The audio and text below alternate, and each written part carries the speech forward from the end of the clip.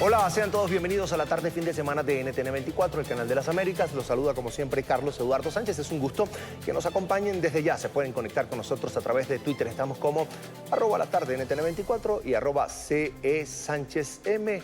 Comenzamos. En Venezuela continúa el drama de 59 colombianos que fueron capturados en el año 2016 por el régimen de Nicolás Maduro y acusados de terrorismo. Tras más de 2 años y medio de estar en prisión, piden al gobierno de Iván Duque que interceda para que puedan volver a su país. Pedimos al gobierno colombiano, a las instancias internacionales, que por favor se aboquen a nuestra situación. Es el clamor de 59 colombianos que cumplen más de 2 años y 8 meses en una prisión en Venezuela. En septiembre de 2016 fueron acusados por Nicolás Maduro de ser presuntamente integrantes de un grupo paramilitar. Hoy hemos derrotado una intentona golpista que pretendía llenar de violencia, de muerte a Venezuela y a Caracas, esta bella Caracas. Desde entonces ellos han insistido en su inocencia. Aseguran ser víctimas de un montaje del régimen venezolano. No sé si que tendremos que aceptar que esperar que Maduro termine el periodo presidencial de su segundo mandato para nosotros salir de este lugar. El gobierno de Juan Manuel Santos había hecho algunos trámites para lograr su libertad, pero nunca rindieron frutos debido a la tensión política entre ambos países. Aquí no hay consulado, no hay embajada. Cuando estuvieron aquí nos prestaron una ayuda, pero ahorita en la actualidad, desde que empezó enero para acá, desde que empezó el año, estamos desasistidos por el gobierno colombiano. No sabemos nada. Es por eso que piden a la actual administración los ayude para volver a su país.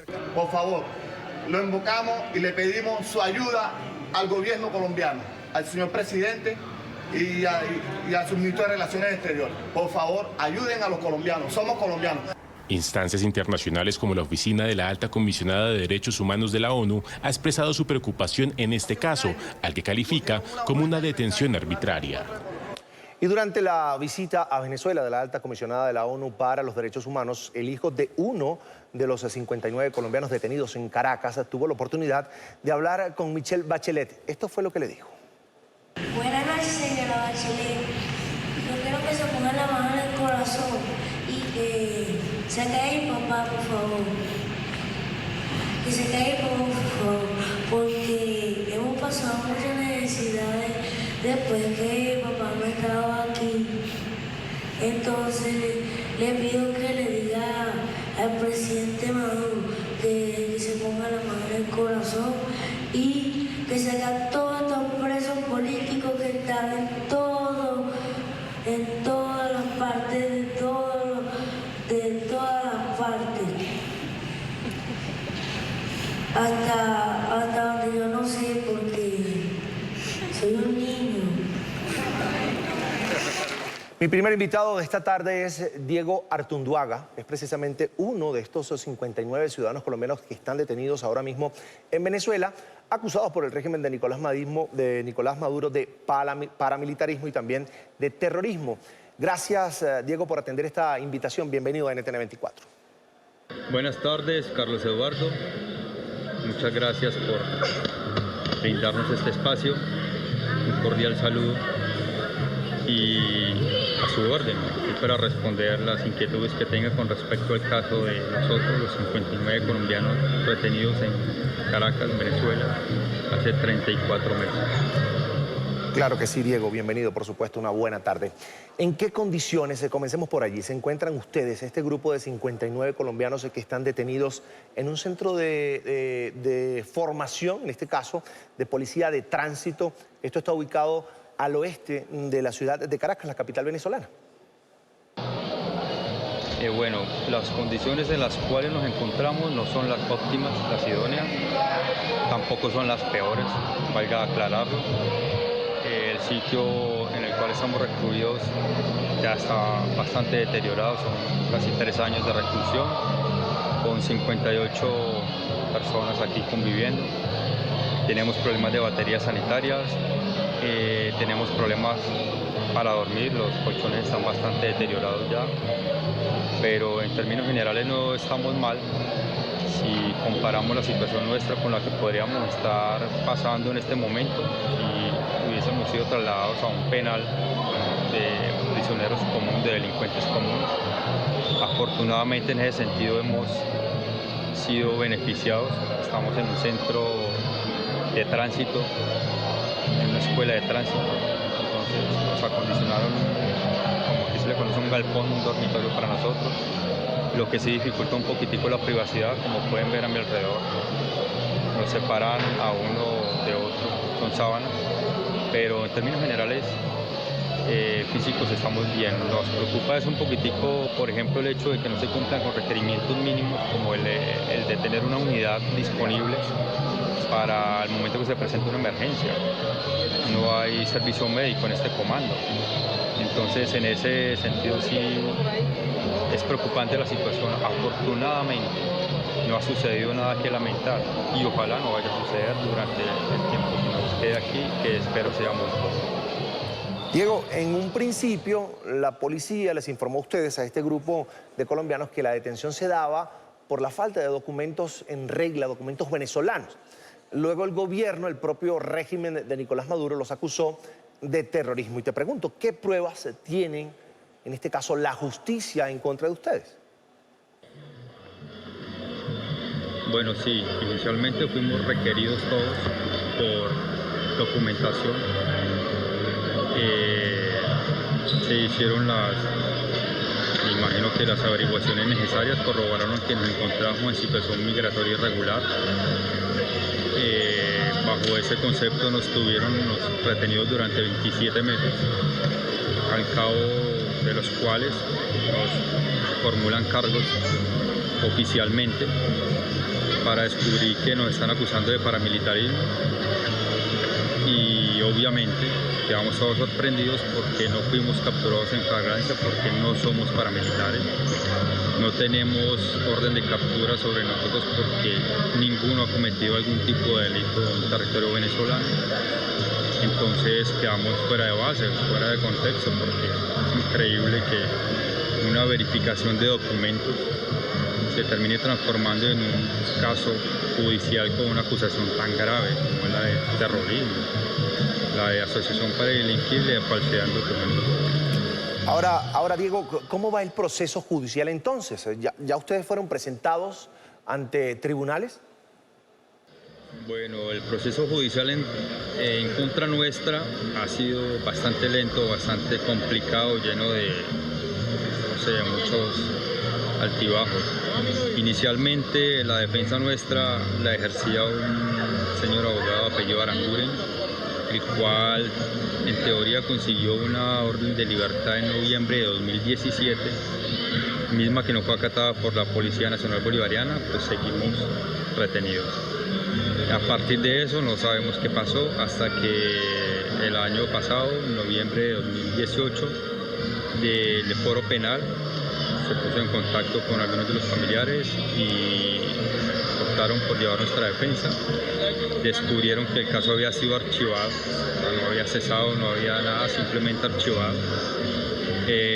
Pidieron mirar qué era lo que pasaba y aquí seguimos. O sea, técnicamente no se ha hecho nada por nosotros, afortunadamente tampoco en contra, porque seguimos en el mismo centro de reclusión, que eso ya es una ventaja, como se les dije anteriormente, porque aquí tenemos algunos, entre comillas, privilegios. Podríamos estar en peores condiciones si estuviésemos en un penal regular. Nos han diferido la audiencia en 5 ocasiones a partir del 29 de noviembre, que nos hicieron oficial la imputación de cargos. Los motivos han sido diversos, aparte de fantasiosos y pocos, pero igual la han diferido y estamos en Venezuela, donde las cosas son un poco complicadas. Técnicamente el jueves próximo 27 de junio tenemos la próxima audiencia, esperando que esta sí se realice y se defina algo. Obviamente debe ser algo a favor nuestro, pues no hemos hecho nada, no somos culpables de nada de lo que se nos hizo. Fíjense, en este caso ya hubo un dictamen, fue el grupo de trabajo sobre la detención arbitraria de la Organización de Naciones Unidas, recomendó al régimen de Venezuela que los liberara y que además los indemnizara Le voy a preguntar a Diego, ¿qué ha pasado después de esta recomendación que llegó de la ONU? Sobre el caso de nosotros, el Grupo de Trabajo para las Detenciones Arbitrarias de la ONU emitió un dictamen el 20 de noviembre del año anterior, de 2018, en el cual le pedía, ordenaba, no sé cómo se maneje el concepto, al gobierno venezolano de que se hiciera efectiva nuestra liberación inmediata, una indemnización por el tiempo que estuvimos recluidos, y como tercer punto se viera con los gestores de este caso, no sé cómo llamarle, porque si estuviéramos hablando en términos coloquiales colombianos, esto es un falso positivo que aparte de todo es vergonzoso. Desafortunadamente eso, en vez de haber jugado a nuestro favor, jugó en contra, porque la sentencia, como ya le dije, la emitió este grupo el 20 de noviembre. 9 días después nos armaron un juicio de presentación de cargos aquí mismo en el comando donde nos encontramos. Trajeron una juez, unas secretarias, defensores públicos, aún a sabiendas de que ya teníamos asignado defensores del Foro Penal venezolano, y nos armaron una audiencia de imputación de cargos por terrorismo, asociación para delinquir y falsificación del documento público venezolano. Obviamente quedamos fuera de base porque en vez de habernos mejorado la situación, la sentencia que emitió este grupo no la complicó, porque ahí sí pasamos inmediatamente a ser presos ordinarios. Hasta el día 29 de noviembre habíamos sido simplemente unos retenidos que estábamos bajo resguardo 27 meses en esa situación. A partir de ese momento pasamos a ser detenidos oficialmente, prisioneros. Y estamos aquí a la espera de qué sucede con nosotros. Son más de 2 años y medio en prisión. Diego, ¿quién vela por ustedes allá en Venezuela? Hasta enero, representantes de la Embajada colombiana en Venezuela. Y hablo en tiempo pasado porque por una orden que emitió el gobierno venezolano fue expulsado el señor cónsul encargado que estaba en ese momento, el cónsul general de Caracas, que estaba muy apresto a nuestra situación. Días después fue expulsado todo el personal del consulado, entonces por ende la atención nuestra quedó en el aire. Ellos nos facilitaban servicio médico, traían misiones médicas y hacían chequeo general.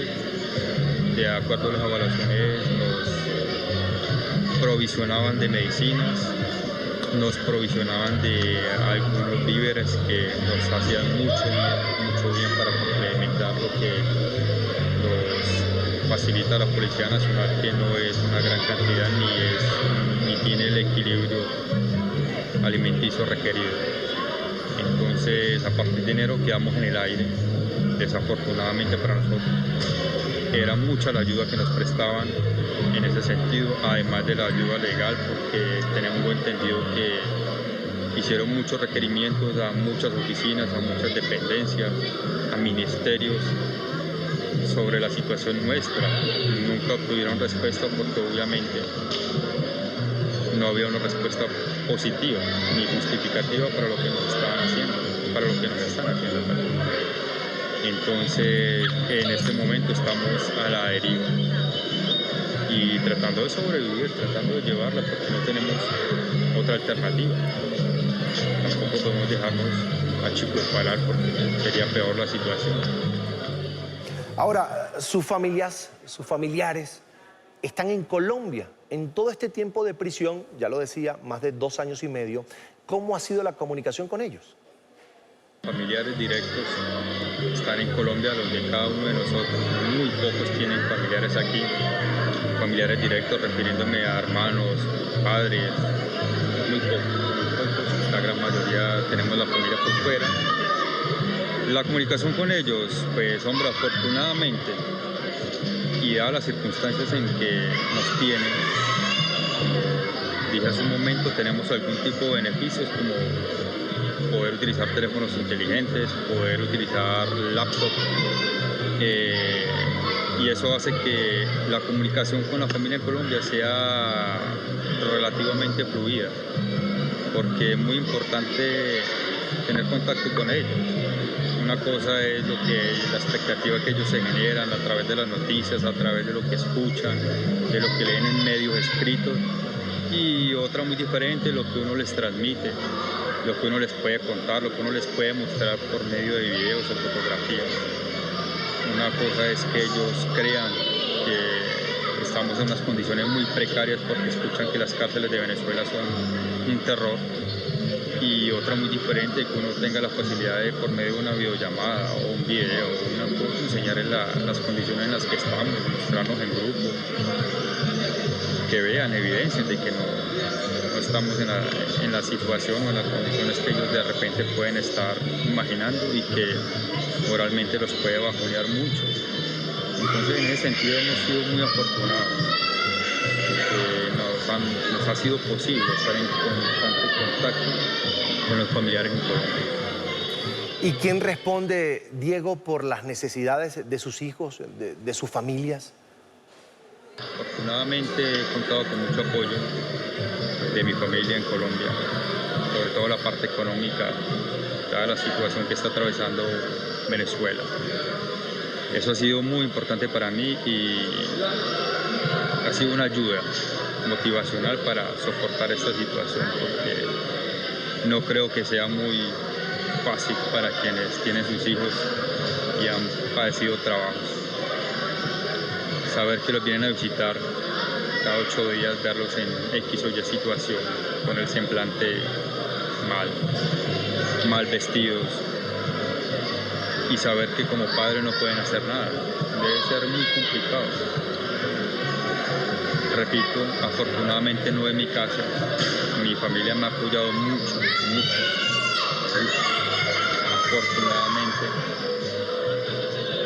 mi hijo hasta el momento no ha pasado ningún tipo de necesidad, pero no así sucede con los compañeros. Muchos tienen hijos, la gran mayoría aquí en Venezuela, que dependían económicamente de sus papás, los que están hoy aquí recluidos conmigo. Al no tener ese apoyo, dependen únicamente de sus mamás y de cualquier ayuda que les puedan enviar de Colombia, que por lo que he escuchado y he percibido no es muy seguida, no es muy constante, no es muy abultada como quisieran. Ha sido una situación muy complicada y ese es uno de los puntos que el gobierno venezolano debería tener en cuenta, el daño colateral que está generando con esta situación, porque no es solamente a nosotros con tenernos encerrados, es el daño psicológico y moral que le está generando a unos niños que no saben por qué sus papás están detenidos, qué están pagando. Eso es muy tremendo, aparte de la problemática socioeconómica que les implica no tener al sustento de las familias al lado de ellos. Una situación bastante complicada. Permítame, Diego, una consulta más. ¿Qué esperan ustedes de la alta comisionada de Naciones Unidas para los Derechos Humanos, que acaba de culminar el viernes una visita a Venezuela y que conoció este caso a través de uno de sus hijos? ¿Qué esperan ustedes ahora? Se logre hacer efectiva la sentencia que el grupo de trabajo para las detenciones arbitrarias de la ONU, organismo al cual pertenece la señora Bachelet, emitió una sentencia favorable. Que sirva para que el gobierno del señor Nicolás Maduro entre en razón, jactan de que es un Estado de Derecho lo que se vive aquí, pero un Estado de Derecho no se cometen este tipo de acciones, este tipo de procedimientos, sin ningún tipo de justificación, sin apego a la ley, porque lo que se ha hecho con nosotros violenta desde la Constitución hasta el Código Penal, imagino, supongo, porque los procedimientos no han sido a derecho. Entonces la gran expectativa y la gran esperanza es de que esta visita lo haya hecho entrar en razón. Somos 59 ciudadanos colombianos, padres de familia, hijos de madres y padres. trabajadores. No tenemos ningún vínculo con organismo alguno irregular, no somos delincuentes. Estamos solamente pidiendo eso, no que se haga justicia porque no hemos hecho nada para lo cual se nos deba juzgar, sino que se cese esta injusticia. Lo que representa y es la situación que nos tienen viviendo hace 34 meses, sin ningún tipo de razón. Esa es la gran esperanza que tenemos. Es Diego Artunduaga, es un ciudadano colombiano detenido en Venezuela junto a 58 compañeros más, compatriotas más colombianos del señor Diego que han sido acusados por el régimen de Nicolás Maduro de pertenecer a grupos paramilitares y de planificar acciones terroristas en Venezuela. Siempre, desde el año 2016, han defendido su inocencia. Señor Diego, gracias por apartar unos minutos de su tiempo para compartir esta entrevista con nosotros. Gracias. Carlos Eduardo, muchas gracias por habernos prestado esta oportunidad, habernos servido de ventana para manifestar un poco la situación que estamos viviendo. Y digo nos porque no es solamente mía, somos 59 ciudadanos colombianos, lo he repetido en varias ocasiones, que abogamos, pedimos que se nos resuelva la situación, sea cual sea, pero que se resuelva. Le repito, gracias por la oportunidad, gracias a este medio, a NTN, al programa La Tarde, por habernos servido de ventana. Me despido, que esté muy bien, muchas gracias, hasta una próxima ocasión, que ojalá sea desde la libertad, no en estas circunstancias. Que así sea. Bien, gracias. Que así sea, señor Diego. Gracias. Una muy buena tarde. Vamos a cambiar de tema. Crisis en Honduras. 3 muertos y varias decenas de heridos dejaron las violentas manifestaciones de los últimos días en Tegucigalpa, la capital. Organizaciones civiles convocaron protestas para rechazar las políticas del presidente Juan Orlando Hernández y exigir su renuncia. Honduras vive una crisis social, política y económica desde mayo pasado, luego de que el Parlamento aprobara en abril 2 decretos sobre educación y salud pública que maestros y médicos rechazan por considerar que privatizan ambos sectores. Para hablar de este tema me acompaña a esta hora desde Tegucigalpa Jorge Calix, es el jefe de la bancada del Partido Libre Honduras en el Parlamento. Bienvenido a NTN 24, una muy buena tarde. Buenas tardes, Carlos, un placer estar contigo a través de NTN 24. Es un gusto. Diputado, ¿son justas las protestas de los últimos días en su país? ¿El gobierno realmente pretende privatizar la educación y la salud, como aseguran los manifestantes?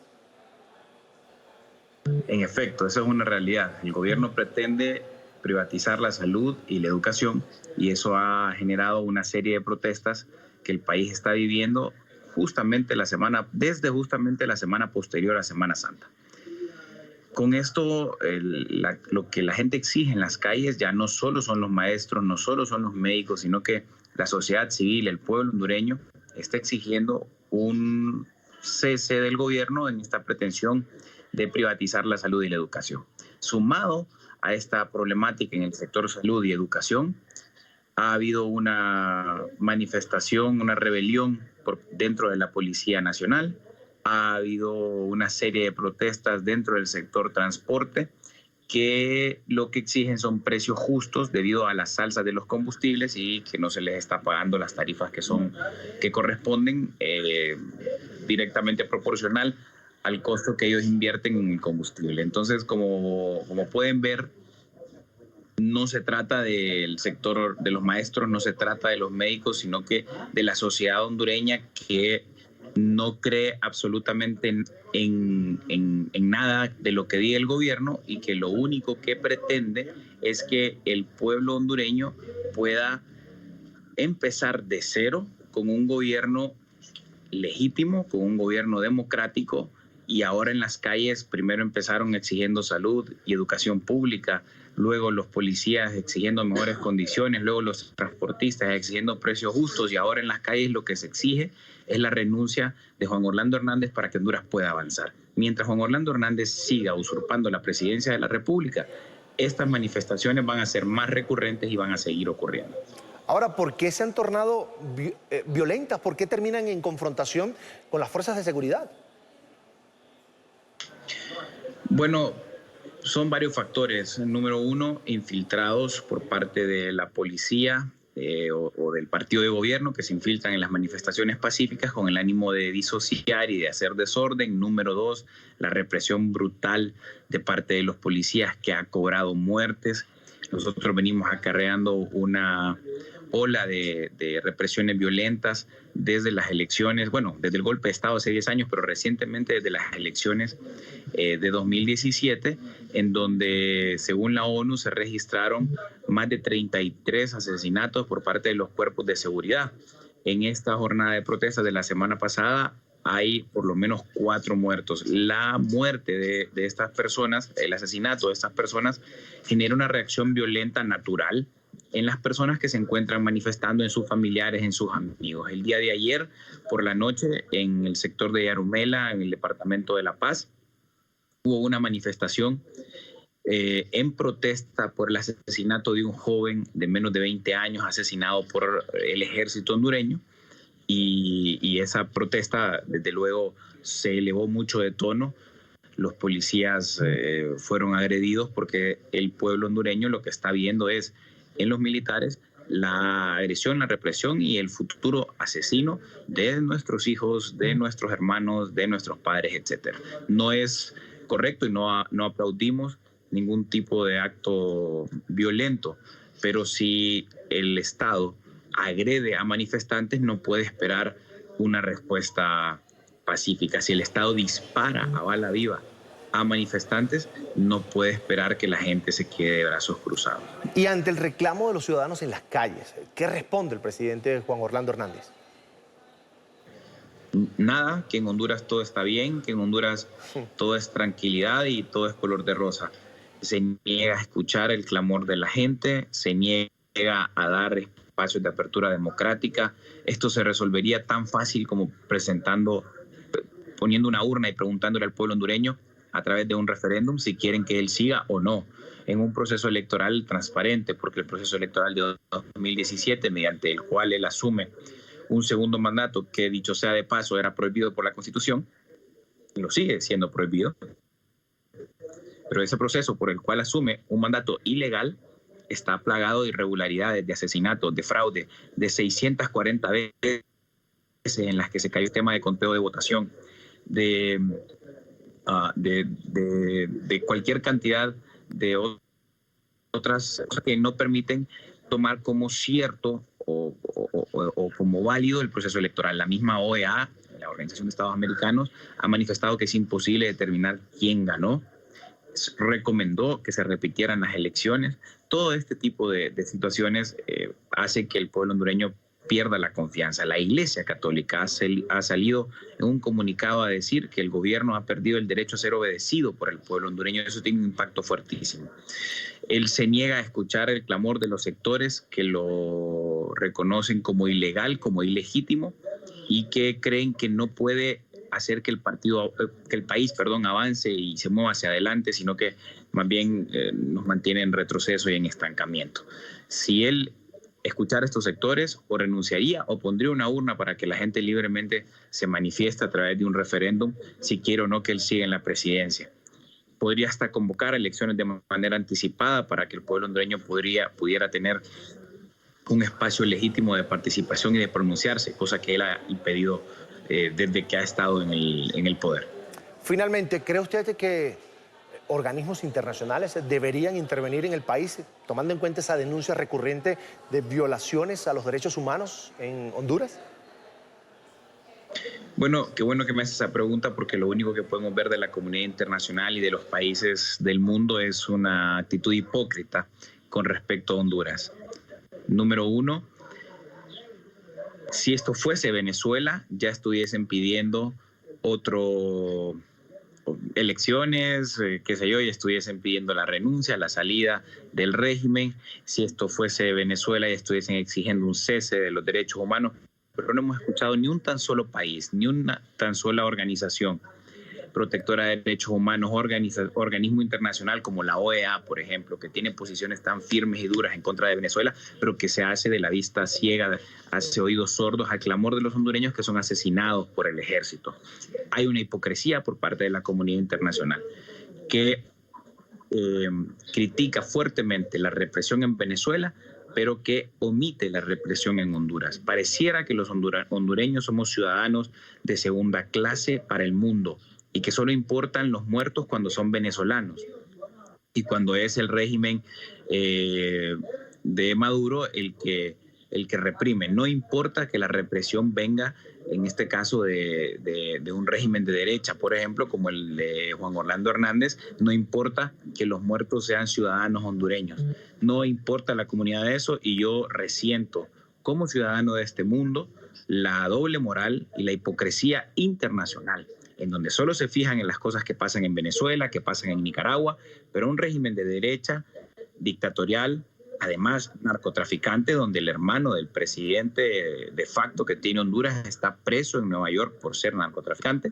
Nadie dice absolutamente nada de eso. Pero si esto pasara, la mitad de esto pasara en Venezuela, el escándalo sería mundial. Si un cuarto de esto pasara en Nicaragua, el escándalo sería mundial. Eso es una hipocresía, porque la represión hay que condenarla, donde se dé.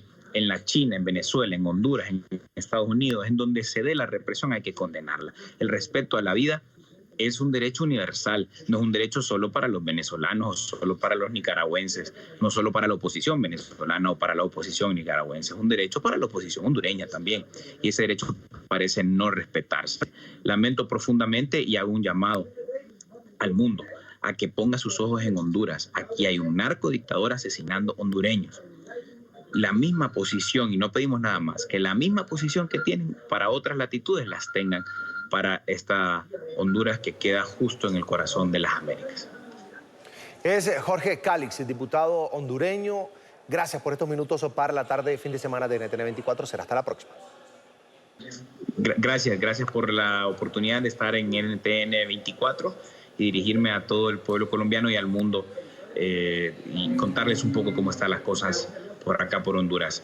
Un fuerte abrazo desde una tierra que está sangrando y esperamos las muestras de solidaridad para el pueblo hondureño serían muy importantes para nosotros. Hasta la próxima. Ya estamos de vuelta con más de la tarde, fin de semana. ¿Cómo combatir la censura en Internet? Países como China y Venezuela tienen ciertas restricciones para acceder a sitios web por leyes estipuladas por sus gobiernos. Por ejemplo, se bloquean palabras clave, direcciones IP, o se altera el DNS para impedir que sus ciudadanos accedan a información sensible para las autoridades. Esto sumado a la censura de medios de comunicación como esta casa, NTN 24, que en febrero de 2014 fue sacado del aire, fue sacado de las parrillas de televisión por cable en Venezuela por orden del régimen de Nicolás Maduro. Quiero saludar a esta hora a Javier Perdomo, es ingeniero en sistemas. Bienvenido, gracias por aceptar la invitación. Bienvenido a NTN 24. Hola, Carlos Eduardo, ¿cómo estás? Muy buenas tardes. Es un gusto, Javier. ¿Cómo puede un gobierno censurar información en Internet? Pues un gobierno tiene varias formas y varias herramientas y posibilidades de bloquear y restringir el acceso a Internet, que van desde la denegación del acceso, es decir, quitarle acceso a una zona, región, o también la ralentización de la red, o sea, volverla lenta, que sea ineficiente, que la gente se aburra navegando. Eso se logra mediante la reducción de infraestructura, mediante la reducción de accesos a diferentes regiones, corte de canales, etcétera, etcétera. Hasta el bandwidth trolling, que básicamente que son mecanismos de bloqueo hacia los DNS que se trabajan en Internet. Los entes estatales están en esta capacidad siempre y cuando estén, digamos, que tengan el control de los ISP. ISP es lo que se llama un Internet Service Provider. Estas son las empresas encargadas de llevar Internet a la casa, son las de telefonía móvil, todos esos son ISP, son entidades y empresas que prestan servicios de Internet. Entonces, ahorita tú me mencionas a gobiernos totalitarios como el de Venezuela, pues ellos tienen ahorita el control de toda la infraestructura de telecomunicaciones. Es muy poca a pesar de que figuran proveedores internacionales, proveedores de renombre, pues ellos tienen el control de la infraestructura como tal, entonces ellos pueden ralentizar la red, como te mencionaba anteriormente. No se han hecho inversiones en infraestructura, lo cual dificulta el acceso a la red. Cada vez son menos los hogares que tienen acceso a la red, y todo esto es un tipo de control que se tiene sobre Internet. Otro sistema que puede un gobierno, ya que mencionabas el gobierno, que puede un gobierno censurar la red, es intimidar a los usuarios. Los gobiernos generalmente utilizan software y determinados programas para hacerle seguimiento a IPs de personas que ellos tienen como objetivo. Ya te explicaré más adelante qué es un IP, que es básicamente la ubicación del usuario. Entonces, ellos monitorean estas IPs y pueden evaluar qué está publicando una persona, qué está viendo, qué está consultando.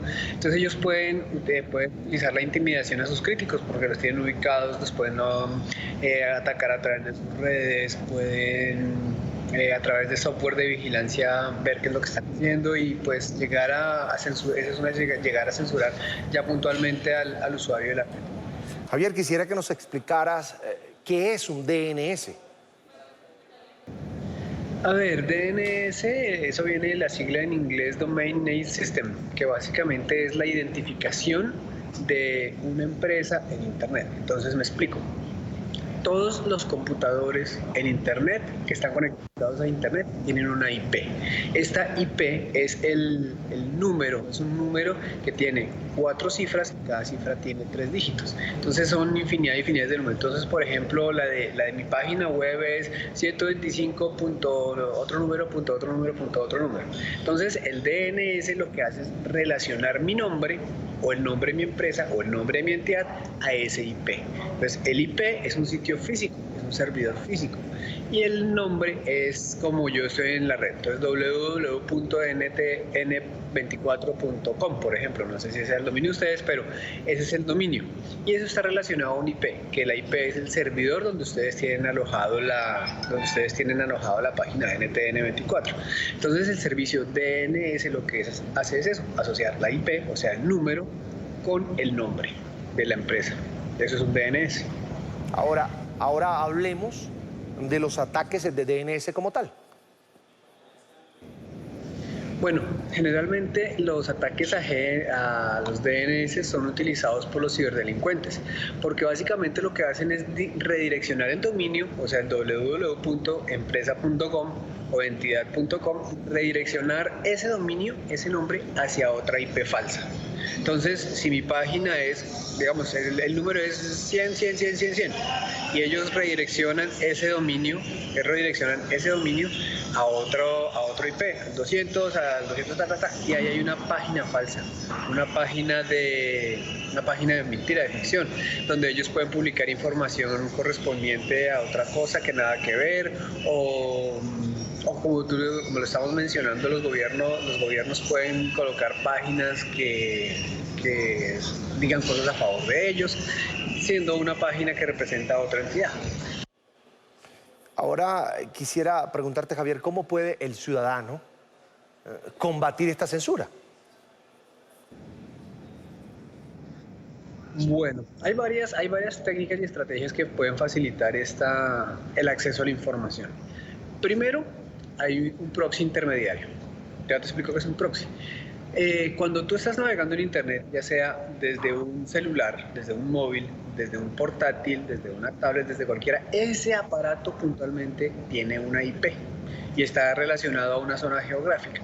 Entonces, si tú vas a comunicar dos puntos, vas a tener información de un punto A a un punto B y necesitas comunicarlos, lo haces directamente, ¿sí? Cuando tú utilizas un proxy, tú utilizas un tercer punto. Entonces tú haces ya hay un punto C, hay un punto A, B, C. Entonces tú puedes acceder, si no tienes conexión directa con la información que tú tienes, información de la cual necesitas, tú te puedes conectar a un servidor externo y desde ese servidor externo acceder a la información que tú necesitas. Entonces es un sistema de proxy, coge los IPs y empieza a poner el tuyo para mirar otra cosa. Entonces ese es un sistema pues bastante utilizado para lograr vulnerar las restricciones de acceso a sitios y páginas de Internet. Javier, tengo una última consulta. ¿Existe la posibilidad de que en algún momento el régimen de Nicolás Maduro censure todo tipo de comunicación? Pues a lo largo de la historia de la civilización es imposible, pues en mi concepto es imposible lograr que la gente no se comunique. Siempre habrá una forma de llevar información de un lado a otro. Hasta para no ir más lejos, en el conflicto interno que tuvo Colombia, o que todavía tiene Colombia, se utilizan mucho los correos humanos. No utilizan internet, no utilizan celular, no utilizan teléfono, sino una persona va de un lado llevando información a otra. Claro que llegar a ese punto en Venezuela, pues yo no creo que lleguemos a ese punto, pero sí puede establecer una gran restricción a la conectividad. Con los elementos que te mencionaba anteriormente, la ralentización de la red, la desconexión de zonas enteras. Ahorita pues hace unos meses, y creo que todavía Venezuela tiene muchos problemas de electricidad, entonces ellos seleccionan, bueno, hoy le vamos a dar electricidad a Caracas, mañana le vamos a dar electricidad a Barquisimeto, bueno, después le vamos a dar electricidad a Bocón. Solamente con montar la electricidad ya están restringiendo el acceso a la red a una región. Entonces, ese tipo de restricciones las puede lograr Nicolás Maduro, pero llegar a un 100% de desconexión de la sociedad venezolana yo pienso que es bastante complicado, porque WhatsApp es una herramienta de comunicación muy potente, Facebook a través de los móviles, pues, tendrá una comunicación lenta y todo, pero como digo, es muy complicado, Puede bloquear siempre páginas específicas, o sea, como hace el gobierno chino, por ejemplo, que bloquea Facebook para el país. Entonces en China no existe Facebook, por decir algo. Lo mismo en los países árabes, hay mucha restricción a determinado sitio de páginas, entonces las restringen directamente desde el gobierno. Ese tipo de cosas puede hacerlas, pero siempre en Internet habrá una herramienta que uno puede utilizar para comunicarse con un tercero. Bien. Para acceder a la información. Ojalá que nunca pase eso en Venezuela, por supuesto. Quiero agradecer a Javier Perdomo, ingeniero en sistemas, por acompañarnos esta tarde aquí en NTN 24. Será hasta la próxima. Carlos Eduardo, mucho gusto. Cualquier cosa que necesites, aquí estaré. Un abrazo, buena tarde. Así llegamos al final. Recuerde seguirnos en Twitter. Estamos como @latarde_NTN 24 y mi cuenta personal @CESánchezM. Feliz semana para todos.